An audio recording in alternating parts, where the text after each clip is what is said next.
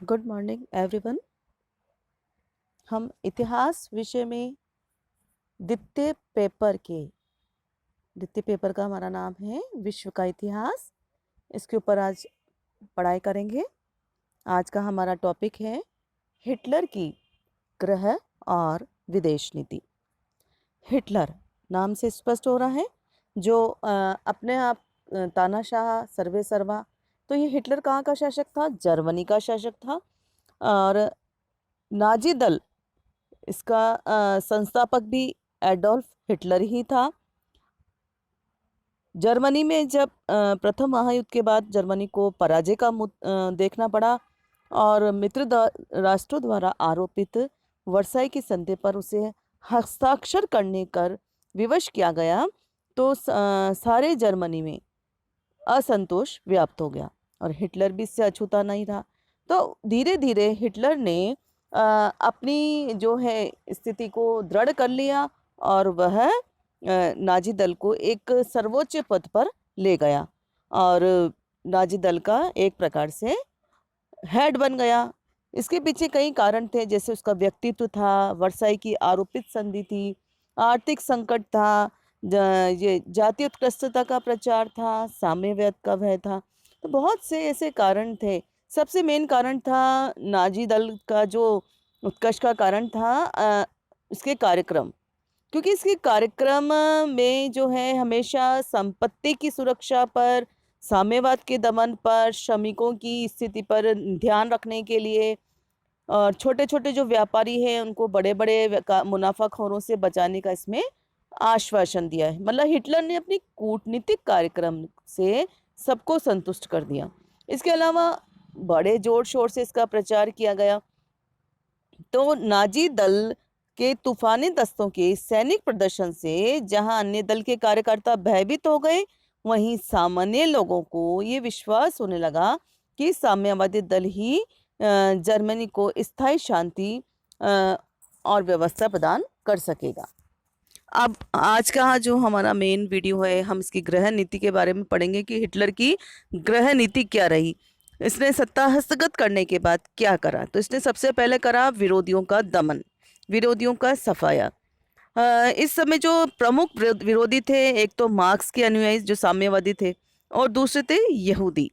और इन दोनों वर्गों के जो प्रमुख नेता हैं उनको उन्होंने पकड़ लिया और उन्हें जेल में ठूस दिया। मतलब उनके जो अनुयायी थे ना, उनको जेल में ठूस दिया और उन पर हर प्रकार के अत्याचार किए गए और हर संभव मतलब उनको आतंकित करने का सारा उपाय किए गया ताकि वे साम्यवाद छोड़कर नाजी दल की सदस्यता ग्रहण कर ली।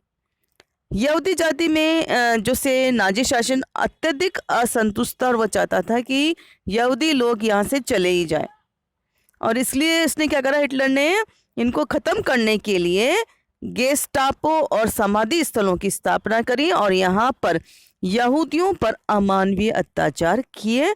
अब इसका परिणाम क्या निकला?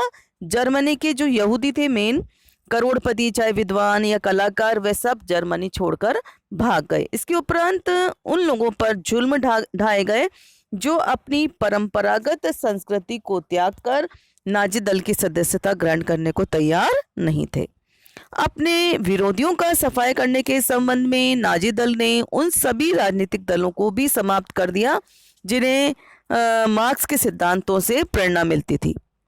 उनके साथ काफ़ी लड़ाई की गई, उनकी सभाओं और अखबारों पर प्रतिबंध लगा दिया गया, उनके कोषों को जब्त कर लिया गया, उनके नेताओं को जेल में ठूस दिया गया। नाजी सरकार की इस नीति को देखकर कई राजनीतिक दलों ने स्वयं अपने आप को भंग कर दिया, मतलब डर गए वो सारे। तो इसका अपन क्या पॉइंट निकालेंगे? विरोधियों का सफाया। कौन कौन से विरोधी? एक तो साम्यवाद थे और दूसरे यहूदी।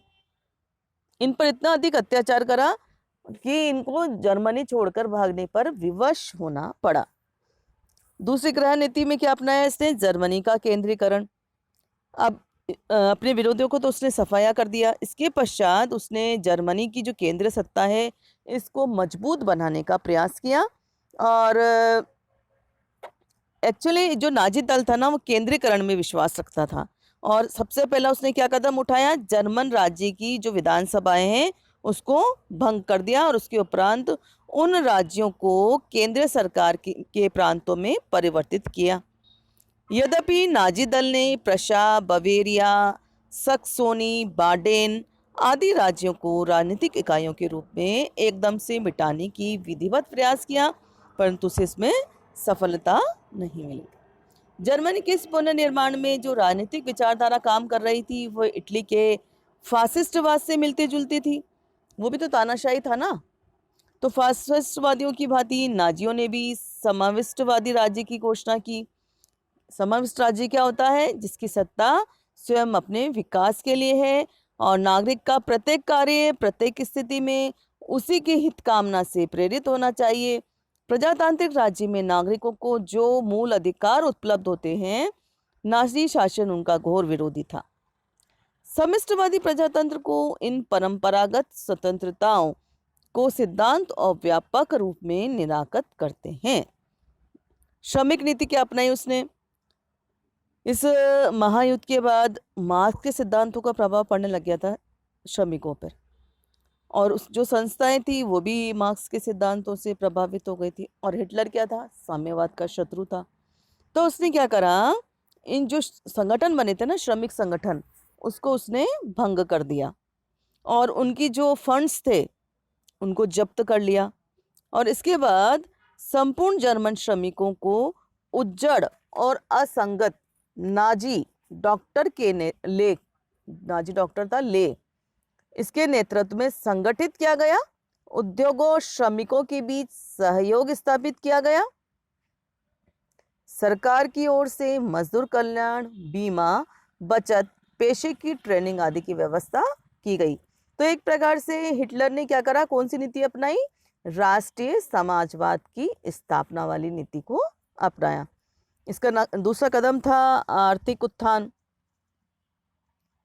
समाजवादी दल से इसका संबंध था, या अपने दल का नाम इसने राष्ट्रीय समाजवादी दल रख लिया था, किंतु इसकी कार्यवाही से स्पष्ट हो गया कि राष्ट्रीय अधिक है, समाजवादी कम। उसने बेकार श्रमिकों को भी काम देना शुरू कर दिया था। इसका मूल कारण यही था कि हिटलर ने प्रारंभ में गुप्त रूप से या खुले तौर पर शस्त्रों का निर्माण शुरू कर दिया और सार्वजनिक निर्माण योजनाओं को भी कार्यान्वित करने का निश्चय किया। साथ ही साथ चतुर्वर्षीय योजना का भी सूत्रपात किया। तो उसका मतलब लक्ष्य था जर्मनी को आर्थिक दृष्टि से स्वावलंबी बनाना। उसने देश के कच्चे माल की भारी मात्रा में उपयोग में लाने की दिशा में भी महत्वपूर्ण कदम उठाए। रसायन शास्त्रियों और वैज्ञानिकों की सहायता से रबड़, तेल, कपास, ऊन, शक्कर आदि पर जो काम करने वाले व्यक्ति थे उनका और कृत्रिम द्रव्यों का विकास किया, क्योंकि इन वस्तुओं को प्राप्त करने के लिए जर्मनी को दूसरे देशों की ओर देखना पड़ता था।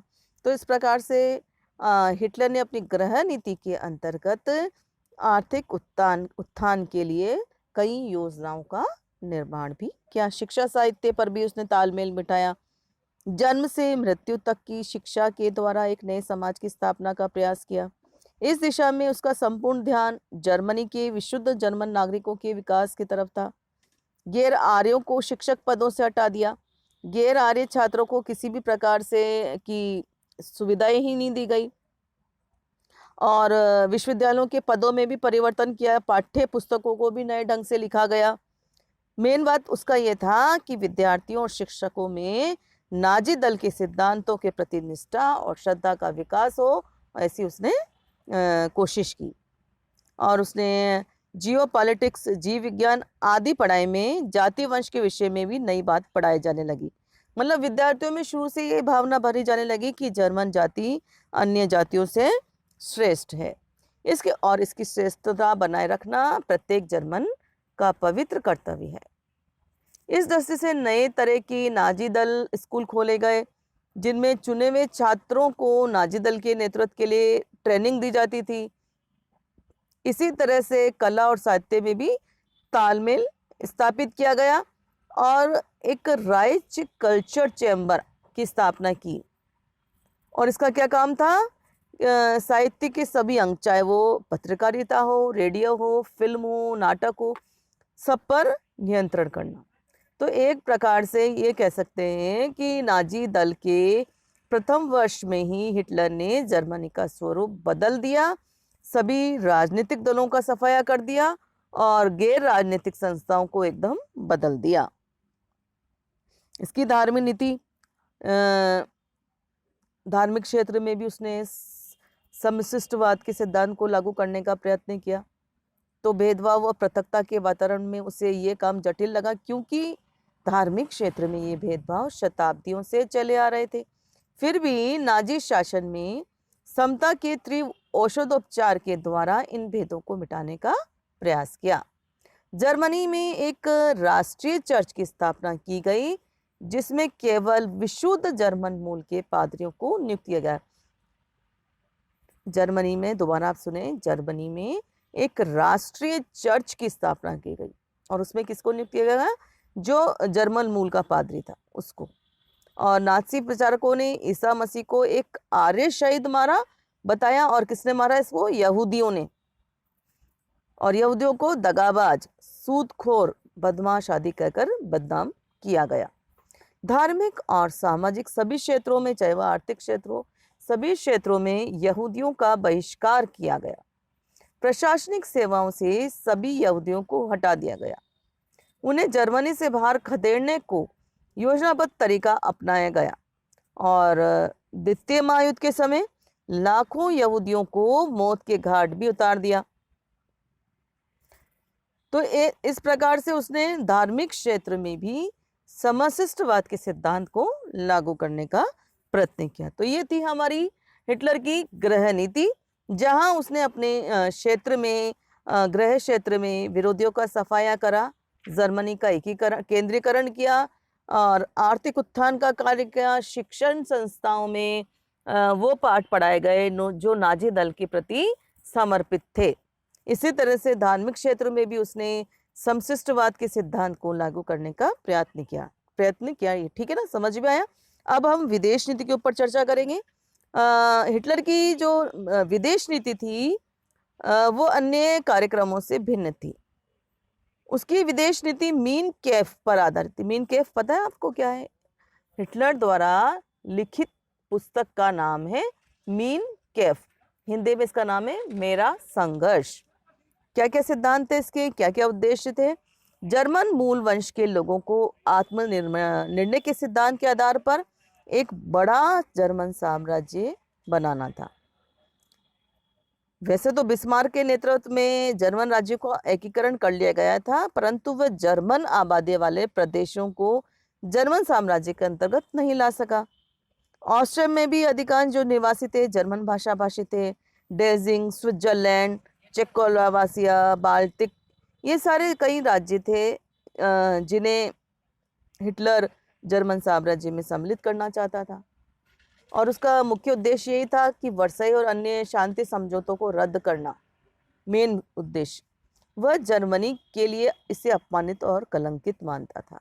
उसका कहना था कि वर्साई की प्रत्येक बात जर्मन जाति के दिल और दिमाग में इस तरह से भर जाए कि जो लोग बाग है ना, उनके अंदर घृणा भरने से क्या होगा, सारे लोग इकट्ठे हो जाएंगे, उनकी भावनाएं संयुक्त हो जाएगी और फिर वो मजबूत होकर हथियार हाथ में लेंगे।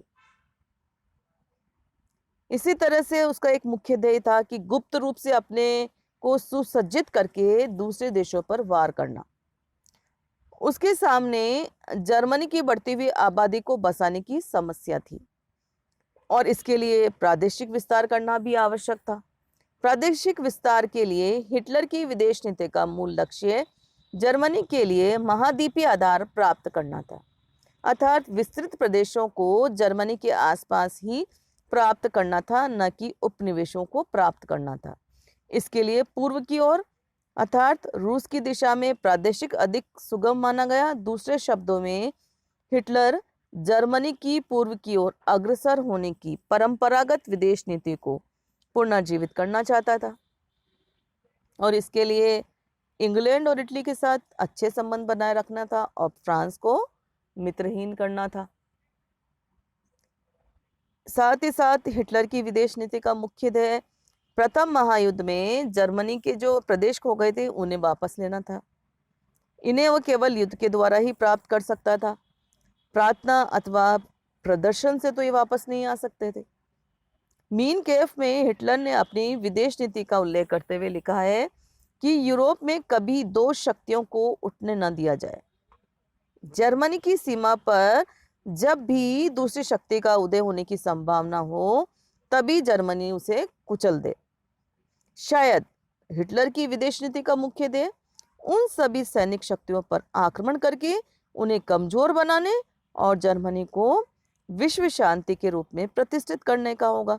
तो इस प्रकार विदेश नीति को कार्यान्वित करने के लिए उसने क्या करा, हिटलर ने शस्त्रीकरण वापस शुरू कर दिया, क्योंकि वो ये मानव जाति के कल्याण के लिए युद्ध को आवश्यक मानता था। इस साथ ही साथ उसने ये भी प्रचार करना प्रारंभ कर दिया कि विजय केवल तलवार के द्वारा संभव है। इसके लिए लेखनी और प्रचार की भी आवश्यकता है। उसने पश्चिमी देशों को यह आश्वासन दिया कि वह साम्यवाद को रोकने का प्रयास करें और इसी चक्कर में इंग्लैंड और फ्रांस ने जर्मनी द्वारा शांति संधियों का उल्लंघन सहन कर लिया। मतभेद उत्पन्न करना भी चाहता था वो। उसने हमेशा किसी भी समस्या को इस ढंग से प्रस्तुत करने में वो विश्वास रखता था कि जिससे क्या है, पश्चिमी देशों में मतभेद उत्पन्न हो जाए।